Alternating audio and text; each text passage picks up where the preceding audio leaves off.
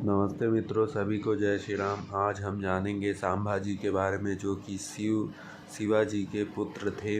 छत्रपति संभाजी महाराज का जन्म 1657 में 14 मई को पुरंदर किले में हुआ था, लेकिन संभाजी के 2 वर्ष के होने तक साई बाई का देहांत हो गया था, मतलब उनकी माता जी का। इसलिए संभाजी का पालन पोषण शिवाजी की माँ जीजाबाई ने किया था। संभाजी महाराज को छावा कहकर भी बुलाया जाता था, जिसका मराठी में मतलब होता है सावक, अर्थात शेर का बच्चा। संभाजी महाराज संस्कृति और 8 अन्य भाषाओं के ज्ञाता थे। संभाजी परिवार। संभाजी राजा वीर छत्रपति शिवाजी के पुत्र थे। संभाजी की माता का नाम साईबाई था। वे छत्रपति शिवाजी की दूसरी पत्नी थी। संभाजी राजे के परिवार के पिता शिवाजी और माता साईबाई के अलावा दादा शाहजी राजे, दादी जीजाबाई और भाई बहन थे। शिवाजी के 3 पत्नियां थीं, साईबाई, सोयराबाई, पुतलाबाई। साईबाई के पुत्र संभाजी राजा थे। संभाजी के एक भाई राजा राम छत्रपति भी थे, जो कि सोयराबाई के पुत्र थे। इसके अलावा संभाजी के शंकुबाई, अंबिकाबाई, रणबाई, जाधव, दीपाबाई, कमलाबाई पालकर नाम की बहनें थीं। संभाजी का विवाह येसुबाई से हुआ और उसके पुत्र का नाम छत्रपति साहू था। पिता के कड़वे शब्द। संभाजी का बचपन बहुत कठिनाइयों और विषम परिस्थितियों से गुजरा था। संभाजी की सौतेली माता सोयराबाई की मंशा अपने पुत्र राजा राम को शिवाजी का उत्तराधिकारी बनाने की थी। सोयराबाई के कारण संभाजी और छत्रपति शिवाजी के मध्य संबंध खराब होने लगे थे। संभाजी ने कई मौके पर अपनी बहादुरी भी दिखाई, लेकिन शिवाजी और उसके परिवार को संभाजी पर विश्वास नहीं हो पा रहा था। ऐसे में एक बार शिवाजी ने संभाजी को सजा भी दी, लेकिन संभाजी भाग निकले और जाकर मुगलों से मिल गए। यह समय शिवाजी के लिए सबसे मुश्किल समय था। संभाजी ने बाद में जब मुगलों की हिंदुओं के प्रति नृशंसता देखी तो उन्होंने मुगल के साथ छोड़ दिया। उन्हें अपनी गलती का एहसास हुआ और शिवाजी के पास वापस माफ़ी मांगने लौट आए। संभाजी की कवि कलश से मित्रता। बचपन में संभाजी जब मुगल शासक औरंगजेब की कैद से बचकर भागे थे, तब वो अज्ञातवास के दौरान शिवाजी के धूर के मंत्री रघुनाथ कोडे के धूर के रिश्तेदार के यहाँ कुछ समय के लिए रुके थे।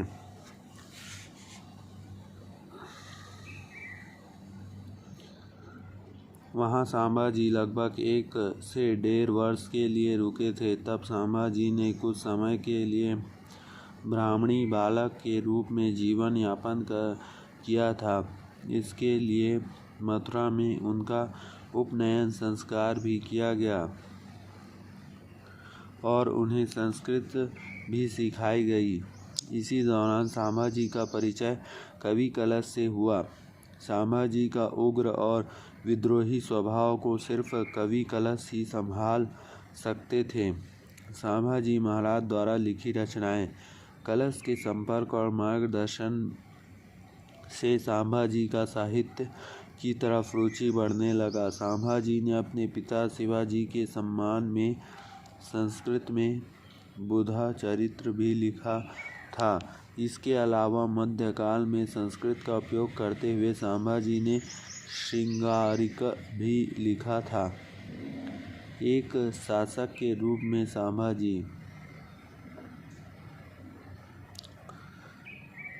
11 जून 1665 को पुरंदर की संधि में शिवाजी ने सहमति दी थी कि उनका पुत्र मुगल सेना को अपनी सेवाएं देगा, जिसके कारण मात्र 8 साल के संभाजी ने अपने पिता के साथ बीजापुर सरकार के खिलाफ औरंगजेब का साथ दिया था। शिवाजी और संभाजी ने खुद को औरंगजेब के दरबार में प्रस्तुत किया, जहां उन्हें नज़रबंद करने का आदेश दे दिया गया, लेकिन वो वहां से किसी तरह बचकर भाग निकलने में सफल हुए। मतलब एक जैसे टोकनी में जाता है लड्डू अड्डू, तो उसी में घुसकर शिवाजी और संभाजी भागे थे। 30 जुलाई 1680 को संभाजी और उसके अन्य सहयोगी का सत्ता सौंपी गई। संभाजी को अपने पिता के सहयोगियों पर भरोसा नहीं था, इसलिए उन्हें कवि कलश को अपना सलाहकार नियुक्त किया, जो कि हिंदी और संस्कृत के विद्वान थे और गैर मराठी होने के कारण भी उन्हें मराठा अधिकारियों ने पसंद नहीं किया। इस तरह संभाजी के खिलाफ माहौल बनाता चला गया और उनके शासनकाल में कोई बड़ी उपलब्धि भी हासिल नहीं की जा सकी।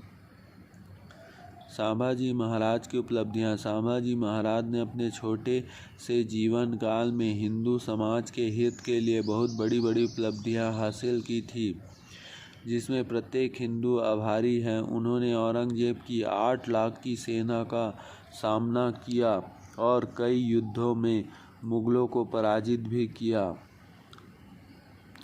औरंगजेब जब महाराष्ट्र में युद्धों में व्यस्त था, तब उत्तर भारत में हिंदू शासकों को अपना राज्य पुनः प्राप्त करने और शांति स्थापना करने के लिए काफ़ी समय मिल गया।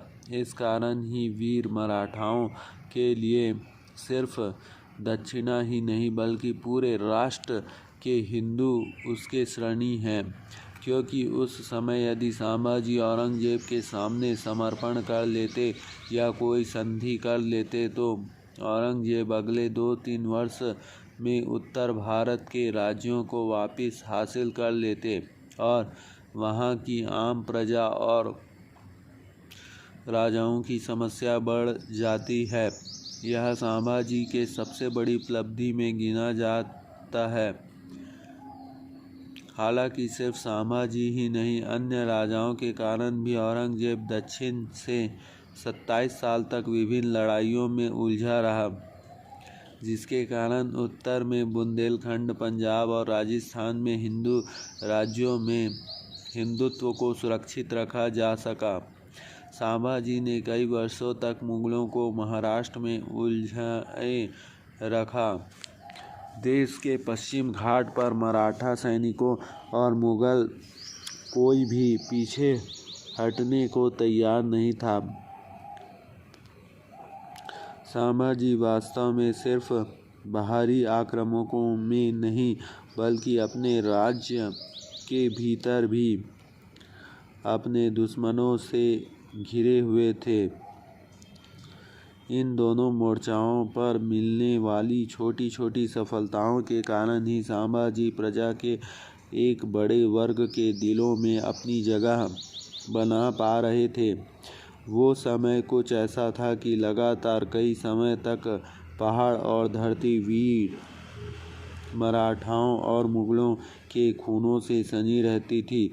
फिर एक समय ऐसा आया कि जब सभी मराठा पहाड़ी से नीचे आ गए और इस तरह से मुगल और मराठाओं के सेनापति अपनी सेनाओं के साथ आमने सामने हो गए। लेकिन ये किसी मैदान में आमने सामने होने जैसा स्थिति नहीं था। इसमें मराठाओं का स्थान पहाड़ के निचले हिस्से से लेकर चोटी तक था, जबकि पहाड़ों के साथ के पास के मैदानों में मुगल सैनिकों ने अपना डेरा जमा रखा था। ऐसे में लगभग 7 वर्षों तक आघात और प्रतिघात का क्रम चला, जिसमें मुगल द्वारा गढ़ को जीतना और मराठाओं द्वारा वापस हासिल करना लगातार कठिन हो रहा था। हालात ये थे कि उत्तर भारत में कुछ राज्य सोचने लगे थे कि औरंगजेब कभी लौटकर दिल्ली नहीं आएगा और अंततः हिंदुत्व के साथ जंग में हार जाएगा। इस बीच संभाजी ने 1682 में औरंगजेब के पुत्र अकबर को शरण देने का पेशकश भी की, जिसे राजपूत राजाओं ने बचा लिया। पूर्व हिंदुओं की घर वापसी और धर्म परिवर्तन।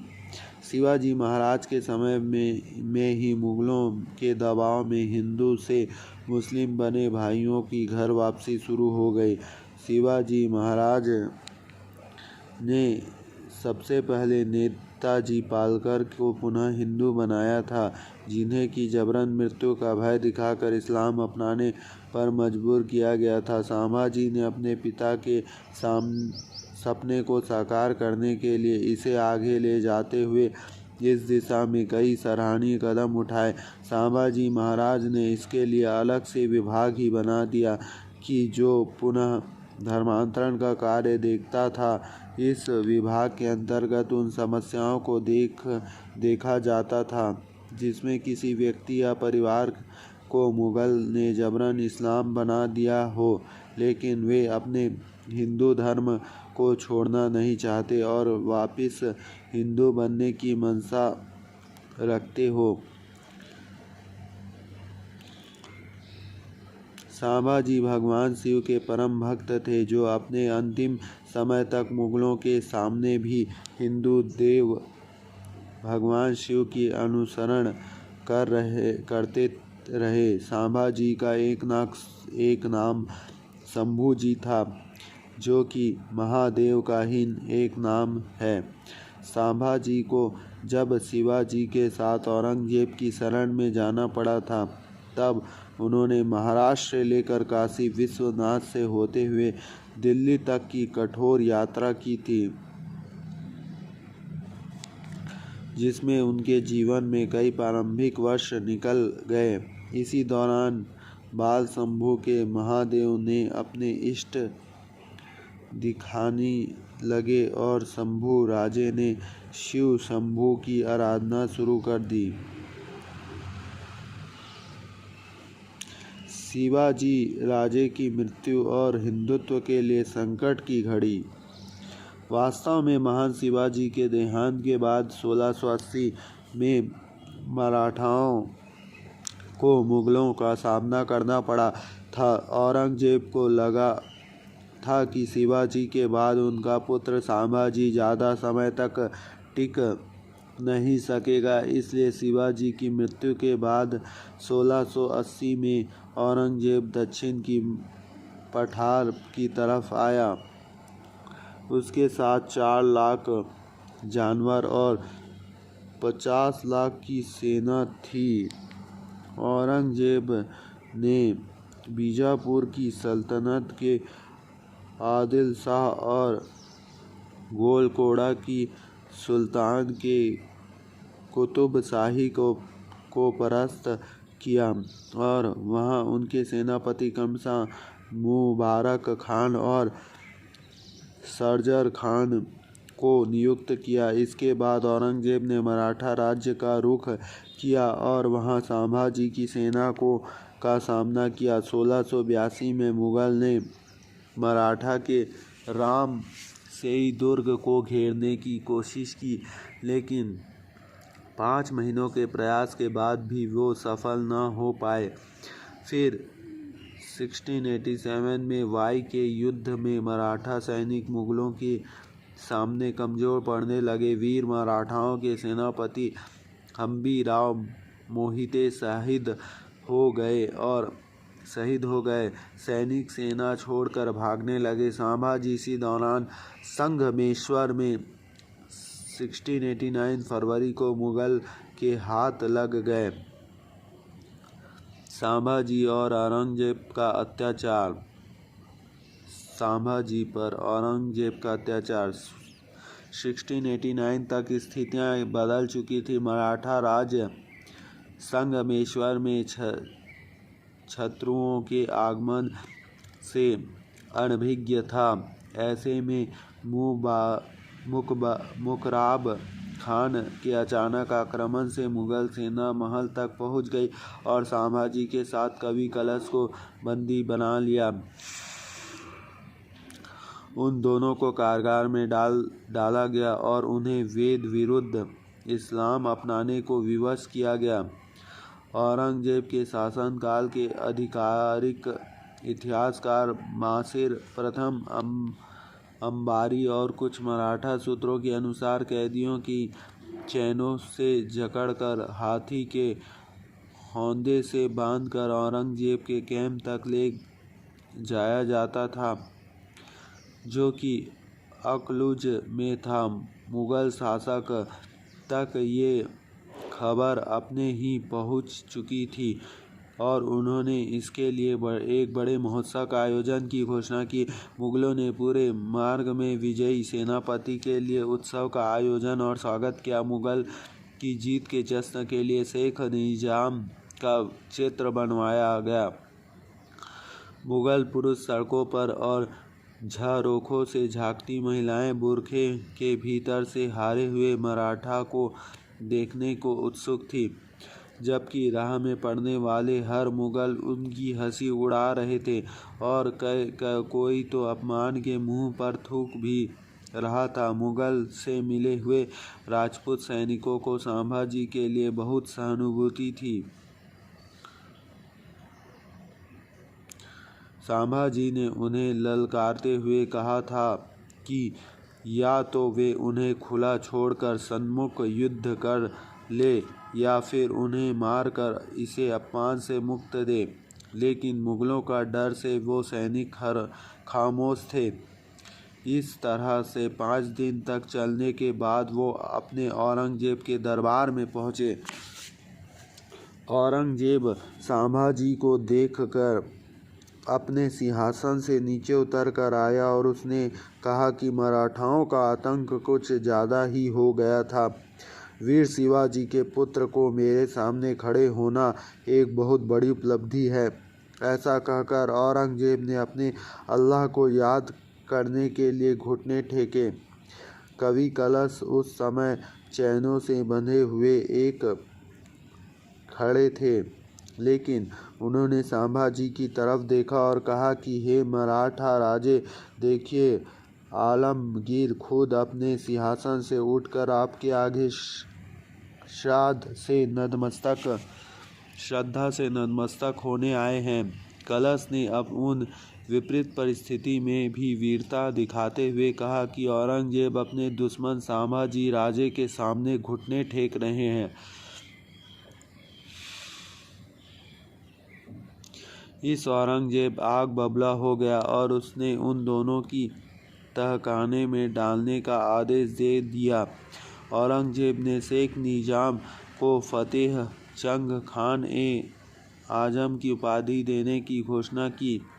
साथ ही 50,000 रुपये की घोड़ा, एक हाथी और 6,000 सैनिकों की टुकड़ी देने की घोषणा की। इसके अलावा उनके पुत्र इकलास और भतीजे को भी उपहार और सेना में उच्च पद देने की घोषणा की। मुगल नायकों ने संभाजी को सुझाव दिया कि वे यदि अपना पूरा राज्य और सभी किले औरंगजेब को सौंप दे तो औरंगजेब संभाजी को जान बख्श देगा। संभाजी ने इस बात से मना कर दिया। इसके बाद मुगल अपने उस उद्देश्य पर लौट आए जिसके लिए उन्होंने भारत पर आक्रमण किया था, जिसमें गैर मुस्लिम और मुस्लिम बनाना और जनता को लूटना और महिलाओं की सील भंग मुख्य कार्य था। संभाजी ये सब देखकर बहुत आहत हो रहे थे। ऐसे में संभाजी की हालत देख उन्हें फिर से औरंगजेब का ये संदेश आया कि वो यदि इस्लाम अपना लेते हैं तो उन्हें ऐशो आराम की ज़िंदगी दी जाएगी। लेकिन संभाजी ने साफ कह दिया कि आलमगीर देश का सबसे बड़ा शत्रु है और वो ऐसे कोई संधि नहीं कर सकते जो उनके राष्ट्र के सम्मान के विपरीत हो। कठोर यातनाओं के बाद भी न झुकने पर संभाजी और कलश को कैद से निकालकर घंटी वाली टोपी पहना दी। उसके हाथ में झुनझुन बांधकर उन्हें ऊँटों से बांध दिया गया और तुलापुर के बाजार में घसीट जाने लगे। मुगल लगातार उनको अपमान कर रहे थे और उन पर थूक रहे थे। उन्हें जबरदस्ती घसीटा जा रहा था, जिसके कारण झुनझुन की आवाज़ को साफ सुन जा सकता था। मुगल अपनी असलियत का परिचय देते हुए ये सब देखकर क्रूरता से हंस रहे थे और उपहास कर रहे थे। मंत्री कलश भी ऐसे में हार मानने वालों में से नहीं थे। वो लगातार भगवान का जाप कर रहे थे। तब जब उनके बाल खींचकर उन्हें इस्लाम कबूलने के लिए कहा जा रहा था, तब भी उन्होंने साफ तौर पर उन्हें ना कह दिया और कहा कि हिंदुत्व सभी धर्मों से ऊपर सच्चा और शांति प्रिय धर्म है। मराठाओं के लिए अपने राजा के अपमान को देखना बहुत बड़ी बाध्यता थी। संभाजी की मृत्यु। औरंगजेब ने कई बार कहा कि वो संभाजी की क्षमा कर देगा, लेकिन वो यदि अब भी इस्लाम कबूल ले। संभाजी ने मुगल का उपहास उड़ाते हुए कहा कि वह मुस्लिमों के समान मूर्ख नहीं है जो ऐसे मानसिक विक्षिप्त व्यक्ति मोहम्मद के सामने घुटने टेके। फिर संभाजी ने अपने हिंदू आराध्य महादेव को याद किया और कहा कि धर्म अधर्म के भेद को देखने और समझने के बाद वो अपना जीवन हजारों बार हिंदुत्व और राष्ट्र को समर्पित करने को तैयार है। और इस तरह संभाजी मलेच्छ औरंगजेब के आगे नहीं झुके और उसके पहले तक किसी ने भी अल्लाह मोहम्मद इस्लाम के खिलाफ खुलकर इतना कुछ नहीं बोला था। औरंगजेब ने उसके क्रोध होकर आदेश दिया कि संभाजी के घावों पर नमक छिड़का जाए और उन्हें घसीटकर औरंगजेब के सिंहासन के नीचे लाया जाए। फिर भी संभाजी लगातार भगवान शिव का नाम जप चले रहे थे। फिर उनकी जीभ काट दी गई और आलमगीर के पैरों में रखी गई, इसे कुत्ते को खिलाने का आदेश दे दिया। लेकिन औरंगजेब भूल गया था कि वो जीभ काटकर भी संभाजी के दिल और दिमाग से कभी देशभक्त और भगवत भक्त को अलग नहीं कर सकता। संभाजी जब भी मुस्कुराते हुए भगवान शिव की आराधना कर रहे थे और मुगलों की तरफ गर्व भरी दृष्टि से देख रहे थे, इस पर भी उनके आंखें निकाल दी गई और फिर भी उनके दोनों हाथों में एक एक कर काट दिए गए। और ये सब धीरे धीरे हर दिन संभाजी को प्रताड़ित करने के लिए किया जाने लगा। संभाजी के दिमाग में तब भी अपने पिताजी वीर शिवाजी की याद ही थी, जो उन्हें प्रतिक्षण इन विपरीत परिस्थितियों का सामना करने के लिए प्रेरित कर रही थी। हाथ काटने में के भी लगभग 2 सप्ताह के बाद 11 मार्च 1689 को उनका सर भी धड़ से अलग किया गया था। तो ऐसे भगवान अंतिम क्षणों तक भगवान शिव का जाप करने वाले बहादुर राजा के इन बलिदान से हिंदू मराठाओं ने अपने राजा के प्रति सम्मान, मुगल के प्रति आक्रोश और बढ़ गया। और एक अन्य किंवदंती के अनुसार संभाजी का वध वाघ नाखले मतलब चीते के नाखूनों से किया गया था। उन्हें 2 हिस्सों में चीरकर फाड़ा गया था और कुल्हाड़ी से सर काटकर पुणे के पास तुलापुर में भीमा नदी के किनारे पर फेंका गया था।